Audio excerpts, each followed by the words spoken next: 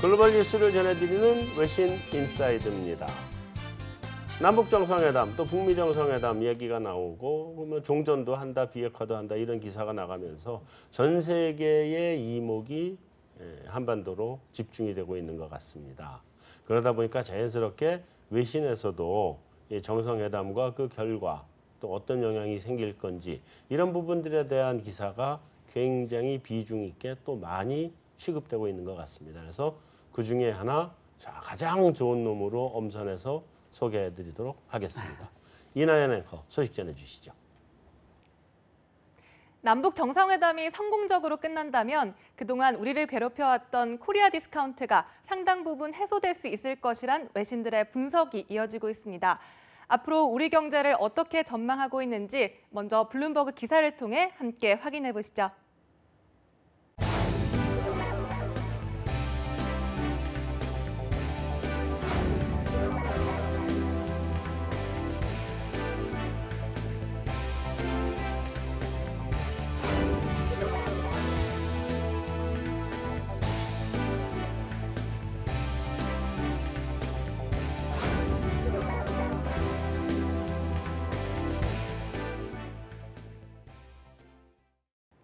이렇게 기사에서 보셨듯이 남북 정상회담의 결과와 관계없이 우리 시장을 낙관적으로 바라보고 있다는 건 정말 기분 좋은 일인데요. 이렇게 코리아 디스카운트가 얼마나 해소될 수 있고 앞으로 우리 경제는 어떻게 변화할지 관련 이야기 전문가들과 함께 얘기 나눠보도록 하겠습니다. 네, 잘 알겠습니다. 감사합니다. 자, 일단 우리 통일되면 사야 될 주식 얘기는 아까 많이 했는데 네. 그래서 왜 추가로 더 하긴 좀 그런데 장기적으로 좀 이런 거는 지금 사실은 통일 관련된 주식은 남북경협주에서 완전 테마가 됐잖아요. 그래가지고 현대아산 주식은 장외 주식이 시총이 1조가 넘었던데 아직 사업 재개도 안 하고 있는 판에 장외 주식이 시총이 1조가 됐으니 나도 옛날에 현대아산 주식 많이 가지고 있을 수 있는 기회가 있었는데 그거 안 가지고 있어가지고 아쉽네요. 네. 아쉬워요. 네. 네. 그나저나 좀 장기적으로 지금 이게 막 올라는 가고 있는데 이게 이제 사실은 이 버블이 좀 지나면 가라앉지 않겠어요? 뭐 소문에 사서 뉴스에 발을 하고 정상회담 딱 하고 나면 주가는 좀 하향 안정화될 텐데 그럼에도 불구하고 장기적으로 이런 주식은 정말로 혜택을 볼 것 같으니 이런 종목이어야 되나 이런 업종이나 이런 거는 좀 그냥 좀 긴 관점에서 봐도 괜찮다 싶은 것들이 일단 무조건 건설인가요? 사실 건설이 가장 현실성이 높다 이렇게 볼 수밖에 없습니다. 어쨌든 아까 말씀드렸지만 건설하고 건설 관련 자재 뭐 이런 거. 그거는 뭐 가장 밀접해 있고 그것이 언제 되든지 간에 사실 되게 흥미로운 부분은 네. 최근 건설주가 남북 경협 때문에 오른 것처럼 보이지만 실제로 이미 월 초에 GS건설이 시장에서 기대한 것보다 거의 2배 가까운 실적을 내주면서 완전 어니 서프라이즈를 내주면서 그날로 주가가 한 20% 정도 올랐거든요. 네. 그래서 완전히 수준이 달라져서 그러면서 건설주들이 해외에 가서 까먹던 것들을 많이 만회했고 그러다 보니까는 건전성도 좋아지고 이제부터 가져오는 해외 수주는 과거처럼 되게 빈껍데기는 아니다. 이런 거에 대한 기대감이 되게 모여 있었는데 갑자기 또 남북 경협 정상회담이 나오니까 한 번 더 테마가 된 것처럼 보였거든요. 하지만 궁극적으로는 이미 실적이 반영되어 있는 주식이고 거기에 남북 경협 정상회담이라는 테마가 더해진 거니까 이거는 실체가 없는 주식은 아니다. 그러니까 이미 실적이 좋아진 주식이고 좀 더 얘기가 진행될수록 이 건설업종에 대해서는 좀 더 우호적인 뉴스가 많이 될 거기 때문에 뭐 우선순위를 따져서 무엇부터 투자할 거냐라 보면 건설을 우선순위에 두는 건 어렵지 않다라고 저는 생각을 하고 있습니다. 저는 솔직히 이게 길게 우리가 테마로 묶이는 건 괜찮은데 길게 정말 봤을 때 제대로 실적을 낼 수 있는 기업들은 뭐냐라고 생각했을 때 솔직히 저는 건설을 제외하고 싶어요. 왜냐하면 제가 건설을 오랫동안 보면서 느꼈던 거는 그러면 이게 우리가 주택이나 이런 것들은 돈을 버는데요. 인프라스트럭처 관련된 것들은 솔직히 돈을 못 벌었어요. 4대강이 아마 그 좋은 케이스죠. 4대강 때문에 돈을 못 벌었거든요. 오히려 돈을 많이 까먹었죠. 그래서 건설 자체보다는 건설 주변에 있는 시멘트라든지 이런 쪽이 더 나을 것 같고요. 그리고 건설 장비 쪽을 저는 더 보고 싶어요. 두산 인프라코어라든지 건설 장비 쪽. 또 작은 회사지만 그 에버다임이라고 그 콘크리트 펌프나 이런 것들을 하는 회사가 있는데 네. 그런 이게 작지만 탄탄하고 또 길게 봤을 때 시장 자체가 2배가 되는 이런 회사들을 저는 꼽고 싶어요. 다 건설회사 자체보다. 네. 꼭 그 얘기는 옛날에 그 저기 금캐러 갈 때 골 들어왔을 때 네. 그때 그 금캐러 간 사람들은 돈 못 벌고 청바지에서 돈 벌어서 리바이스가 네. 그때 떴다는 얘기거든요. 그럼 맞죠. 현대중공업보다 현대중공업의 납품한 기자 접체 주가 훨씬 더 많이 올랐다. 그렇죠. 뭐 이런 거랑 뭐 비슷한 맥락이라 볼 수 있겠죠. 네. 네. 근데 건설은 일단 일감은 제일 빨리 나오는 게 건설일 거예요. 왜냐하면 개성공단이 네. 저게 원래 총 하기로 한 게 배후부지까지 해서 1,800만 평인가 그래요. 그런데 지금 한 게 100만 평도 다 못했어요. 그거 다 개발 들어가거든요.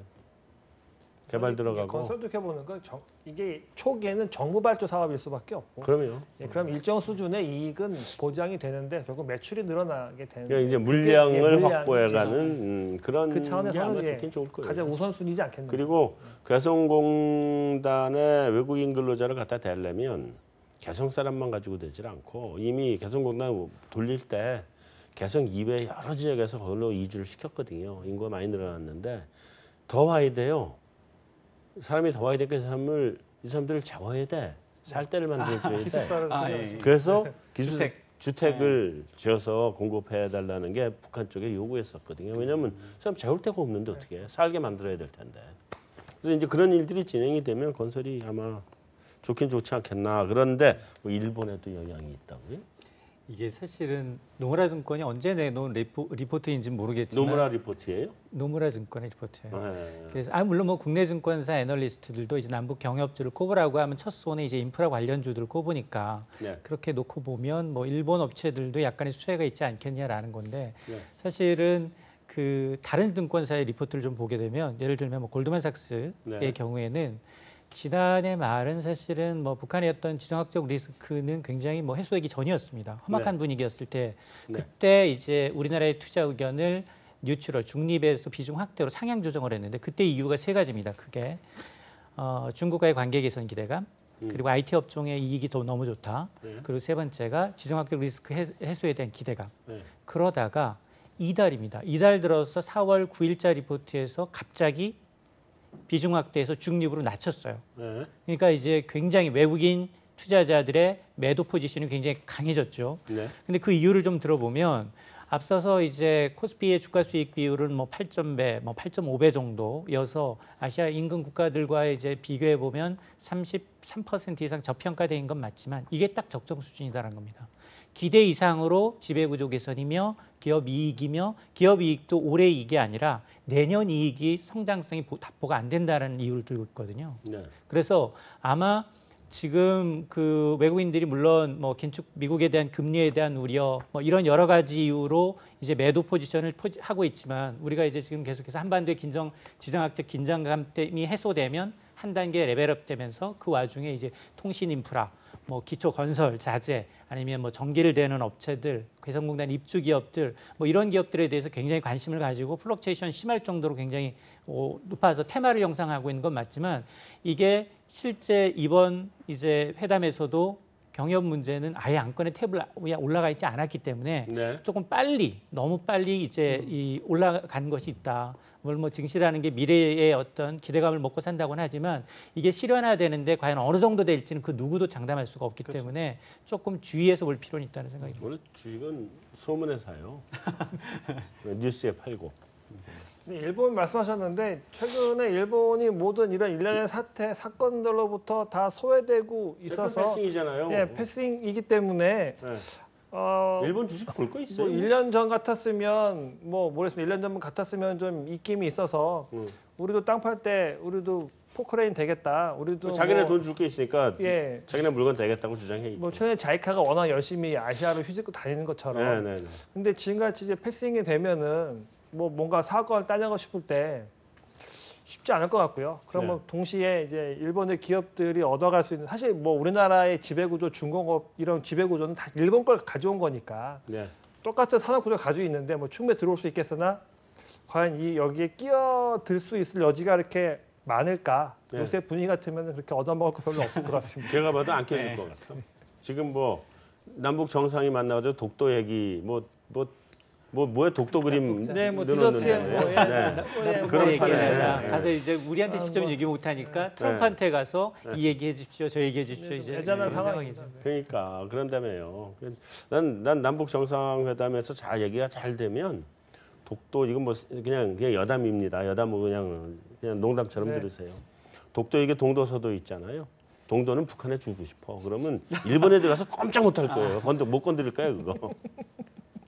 뭐 주는 건 좀 그러니까 관리권 정도, 대외 관리권 정도를 이북에 주면 일본도 꼼짝 못합니다. 와가지고 괜히 와서 이거 우리 거니까 내놔 이런 소리 못합니다 진짜. 청와대 청원 넣어볼까요? 하여튼 뭐 그나저나 지금 뭐 방산주는 팔아야 된다고 그러는 것 같은데 아 예. 맞아요 그거? 되게 마음 아픈 그 부분인데요. 제가 운영하면서 이 역발상을 한번 해보자. 네. 예. 근데 방산주가 이전에 경협 관련된 거 전에 실적도 뭐 좀 안 좋았었고 여러 가지 문제점들이 해외 진출도 생각보다 이제 지지부진하고 이러면서 굉장히 많이 빠졌었어요. 그리고 남북 경협 얘기가 나오면서 더 많이 내려왔는데 솔직히 저는 이제 그렇게 생각했어요. 그렇다고 해서 우리가 지금 국방비를 완전히 줄일 것이냐? 그렇지는 않을 거라고 생각하고 이제 좀 예, 저는 좋게 봤었는데 예, 오히려 시장에서는 계속해서 지금 팔고 있는 중인 것 같아요. 그런데 이제 이게 뭐 그 유행처럼 가는 건 것 같아요. 그래서 이게 많이 빠지면 오히려 사는 게 답일 것 같아요. 그러니까 왜냐하면 지금 우리나라가 이제 국방비가 남북 대치 상황에서 GDP 한 10% 가량을 해서 세계에서 한 뭐 8번째, 10번째 내외에 굉장히 많습니다. 그래서 사실은 남북이 이렇게 이제 급진전되면 이런 이제 GDP에서 일정 부분이 다른 뭐 경제협력이든 다른 부분으로 가게 되면 당연히 이제 방산이라는 건 국가가 이제 특혜를 주고서 키우는 산업인데 사실 그렇다 하더라도 옆에 지금 중국, 러시아, 일본이 정말 이제 국방비 경쟁을 서로 하고 있는 굉장히 요충지에서 우리가 갑자기 국방비를 싹 합감한다는 못하는 상황이거든요. 그러니까 이제 시장의 분석이 한쪽으로 너무 쏠리게 되면 이게 과연 그 기업의 존재의 가치에 대해서 이제 의문을 품는데 사실은 우리나라의 지성학적 입지상 갑자기 국방비를 이제 삭감을 하면서까지 이제 국내 방산업체들의 전 업력을 좀 줄이기는 굉장히 힘든 상황이거든요. 그렇죠. 저도 같은 생각으로 이제 좋게 봤었는데 역발상은 이제 타이밍이 되게 중요한 것 같아요. 네. 자 이제 마지막으로 근데 여기 이제 우리 코리아 디스카운트 요인이 뭐 굉장히 여러 가지가 있는데 그 중에 이제 제일 제일 많이 우리가 디스카운트 되는 게 지배구조 문제, 배당 문제. 사실 그게 배당이 제일 크다고 저도 보긴 하는데. 요즘 뭐 우리 사회 전반적으로 뭐 미투부터 시작해서 그런 것들이 요구가 굉장히 많이 올라오고 있단 말이에요. 근데 이런 게 우리 기업들이나 기업 경제 전체에 어떻게 영향이 올 거라고 보세요? 뭐 주가가 요즘 어떤 회사는 오히려 주가가 미투가 생기면서 막 주가가 곤두박질치기도 하고 지금 뭐 그런 것 같은데. 코에 걸 것인가, 귀에 걸 것인가 이런 게 있습니다. 이를테면 그런 일이 불거져서 이 회사가 되게 깨끗해질 겁니다. 라는 차에 주가가 오르는 경우도 있고요. 이런 구설에 휘말렸기 때문에 이 주식은 힘들 겁니다라고 주가가 빠지는 경우도 있고. 또 이거는 뭐 미투와는 좀 번외지만 이를테면은 이 기업의 일가가 조그만한 자회사를 세워놓고 일종의 이제 통행세처럼 뭐 지나가다가 이제 병에 뚜껑 닫는 걸 여기서 하고 가야 된다. 박스는 넣어가지고 가야 된다. 근데 통행세 같은 걸 만들어 주다 보니까 또 그것도 지금 다 공정 뭐 일감 몰아주기 걸려가지고 뭐 음식 관련된 기업들은 상당수가 지금 또 구설에 휘말려 있죠. 그러니까 이것도 마찬가지로 뭐 미투는 아니지만 어떤 재벌이 가지고 있는 구조에 어떤 뭐 자기네들이 취해서 장점을 너무 많이 취하다 보니까 이게 시장에는 또 불편함을 다가오는데 말씀드렸던 것처럼 이걸 좋게 해석하면 그래서 이 회사만 없어지면 실제적으로 기업들의 이익이 좀 좋아질 거다. 그러므로 이건 호재다. 이렇게 해석을 해버리는 기업들도 있거든요. 그러니까 이거를 일방적으로 이런 일이 벌어졌기 때문에 악재다. 호재다 말하는 것은 상당히 지금 어렵다. 애매한 상황이 되었습니다. 하지만 저는 궁극적으로는 뭐 단기적으로, 못하면 뭐 중기적으로 호재라고 보고 싶지 않습니다. 네, 한번 홍역을 알아야 될 부분인데 홍역을 좀 세게 앓는 게 뭐 서로에게 좋은 상황이 아닌가 싶어서 그렇기 때문에 그걸 주식을 사자라고는 개인적으로는 말하고 싶지 그러니까 않습니다. 단기적으로는 악재, 중장기적으로는 호재. 이렇게 봐도 돼요? 뭐 결국 그래서 그 회사가 돈벌이 잘 된다라는 것만 방증이 되면 네, 그러니까. 뭐 그 기업은 사주는 건 뭐 맞죠. 근데 네. 지금 나타나고 있는 일련의 현상이 뭐 대한항공은 이제 뭐 물컵 갑질로 인해서 주주 가치가 굉장히 훼손되고 있는 게 분명하고, 근데 이제 엘리엇과 같은 헤지펀드는 이제 삼성물산 합병뿐만이 아니라 현대차그룹까지 건드리면서 건드리죠. 이제 지금 그나마 지금 대한항공이 뭐 거의 한 보름 이상의 이슈를 전부 잠식하다 보니 네. 지금 국회에서는 상법 개정안이 추진이 되고 있습니다. 여기에 뭐 다중투표제니 그리고 뭐 다중대표 소송제니 이런 것들은 사실 기업들은 피하고 싶죠. 왜냐하면 이제 주주의 어떤 불법 행위를 견제하는 수단으로 이제 작용할 수 있다라는 부분 때문인데, 근데 결론부터 말한다면 이거는 외국인이 봤을 때는 굉장히 긍정적인 어떤 시그널이다라고 보거든요. 왜냐하면 물론 뭐 기업들이 우려하고 있는 이런 이제 헤지펀드 먹잇감이 되지 않기 위해서 보조적인 수단으로 뭐 포이즌 필이라든가 차등 의결권에 대한 어떤 기업 경영권을 방어할 수 있는 어떤 제도적 장치가 마련이 된다면 충분히 이런 이제 기업 지배 구조, 그리고 대기업 CEO의 전횡을 견제할 수 있는 수단이 지금까지는 이사회나 이런 게 못했던 게 분명하기 때문에 이런 거는 앞으로 중장기적으로 굉장히 클리어하게 기업의 투명성을 높이는, 오히려 더 이제 깨끗해지는 계기가 될 수 있다고 봅니다. 저는 이제 기업의 그 어떻게 보면 총수 일가들의 갑질에 대한 고발이 이제 많이 일어나면서 이게 어떻게 변화를 가져올 것인가에 대해서 저도 되게 궁금하고 기대를 하는 부분도 많은데, 저는 솔직히 이제 엘리엇이나 이런 헤지 펀드들이 공격했다 뭐 이렇게 생각하기보다는 그만큼 먹을 게 있다라고 생각을 하거든요. 네. 이게 뭔가 변화가 됐을 때 충분히 기업 가치가 올라갈 수 있기 때문에 들어오는 거거든요. 네. 그래서 기업 가치가 제대로 자리를 찾을 수 있도록 어떻게 보면 도와주는 에이전트라고 생각하거든요. 네. 그래서 굳이 저는 포이즌 필이나 이런 걸로 오히려 더 갑질을 하는 그 재벌 총수들의 경영권 방어를 도와주는 제도들은 저는 만들지 않았으면 좋겠고요. 지금 여기서 우리가 해야 되는 거는 오히려 소액 주주들의 권리를 더 높여주는, 그리고 국민연금도 스토어십 코드를 철저하게 해서 재벌 총수들의 일가의 이런 갑질을 어떻게 보면 이제 못하게 만들 수 있는 네. 그런 게 필요하지 않나 싶습니다. 옛날에는 우리 경제가 성장하던 옛날에 한참 경제 개발 초기, 그때는 지금 같은 지배구조가 더 좋은 지배구조였거든요. 그러니까 오너십이 있는 지배구조를 만들어주는 게 그냥 미래를 보고 투자도 하고, 그리고 뭐 자기 거니까 열심히 뭐를 해줘도 없고. 그게 1세대, 2세대까지 어떤 거예요? 그러니까요. 이 2세대들이 대부분 알고 보면 1.5세대들이거든요. 그러니까 거기까지는 또 우리가 여전히 고도 성장을 해야 되고 개발을 해야 되는 상황이고 막 이러니까 자본 모자라고 그런 세상에 맞았는데, 요즘 세상으로 보니까 갑자기 다들 이렇게 야단을 해가지고 네. 마치 그 원초적 범죄인 것처럼 그게 아닌데, 한때는 우리 사회에 정말 필요했던 지배구조였는데. 모르겠습니다. 저는 좀 다른 생각이었거든요. 항상 이게 우리나라가 너무 압축 성장을 하다 보니까 사회 전반적으로 문제점들이 되게 많았던 것 같아요. 네.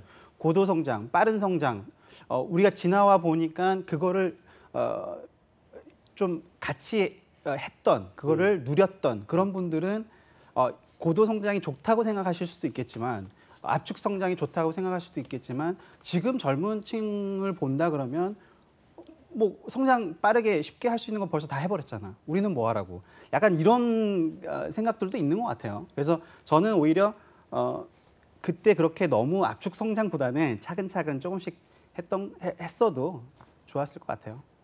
그건 좀 다른 것 같아요. 네. 요즘 시대에는 성장하면 압축 성장해서 쫙 올라오지 않으면 못 올라와요. 아, 그런가요? 네. 저는 방법이 뭐 불과 몇 년 전까지만 해도 이런 얘기를 들었었거든요. 우리나라처럼 한 회사가 의식주를 다 해결해주는 기업을 그렇죠. 가진 나라는 없다. 그렇죠. 그러니까 이게 처음에는 되게 돈 있는 기업이 먹거리도 주고 비도 해도 가려주는 집도 지어주고 옷도 지어주고 이게 맞는 거였는데, 과연 그럼 지금도 이게 맞는 구조인 거냐 뭐 이런 거에 대한 생각을 해보면 뭔가 좀 달라져야 되는 거 아닌가라는 생각 좀 들고 합니다. 뭐 어쨌든 이게 이제 이 부분에 대해서 오히려 정답이라는 게 사실 없고 네. 또 사회가 어떤 방향으로 어떻게 결론을 낼지 그건 사회가 결론을 내게 될 텐데 그래서 그거를 우리가 미리 예단해서 얘기한다는 거는 참 사실 굉장히 우스운 얘기일 수도 있고요. 그럼에도 불구하고 이게 그거죠. 옛날에는 굉장히 어떤 면에서 보면 굉장히 좋았던 제도고 예를 들면 창업 1세대들이 우리나라 산업을 거의 대부분 다 일궈놓은 거니까 1세대에서 거의 다 일구고 2세대 내려가서 새롭게 만든 게 거의 없잖아요. 다 1세대 선에서 한 것들이죠. 그래서 그런 측면에서는 이게 우리나라를 위해서 굉장히 좋았던 제도였는데 이제 세상이 바뀌었잖아요. 바뀌었으니 새로운 세상에 맞는 그런 또 새로운 제도를 만들어내야 되는데 사실은 아까 우리 나이사가 잠깐 얘기했던 것처럼 여태까지 이걸 다 안 하고 고치는 걸 안 하고 그냥 놔두고 온 거야. 그래서 한 번에 고치니까 마치 문제가 굉장히 많이 있는 것처럼 보이지만 사실은 그게 아니라는 거죠. 그래서 이번 기회에 좀 새로운 형태의 새로운 세상에 맞는 제도를 찾아냈으면 좋겠다. 그러면 우리 경제가 지금보다는 또 한 단계 도약하는 기회가 되지 않겠나라고 생각을 합니다. 그렇게 생각하시죠? 네, 동의합니다. 저는. 그렇게 생각하시죠? 네, 저희 자식들 때문에도 열망하고 있습니다. 네. 뭐 그렇게 생각할 것 같아요. 그럼요. 네. 변화가 꼭 필요한 시기인 거 아닌가 싶어요. 네. 자, 오늘 준비한 순서는 여기서 마치도록 하겠습니다. 저희는 다음 주에 다시 찾아뵙겠습니다.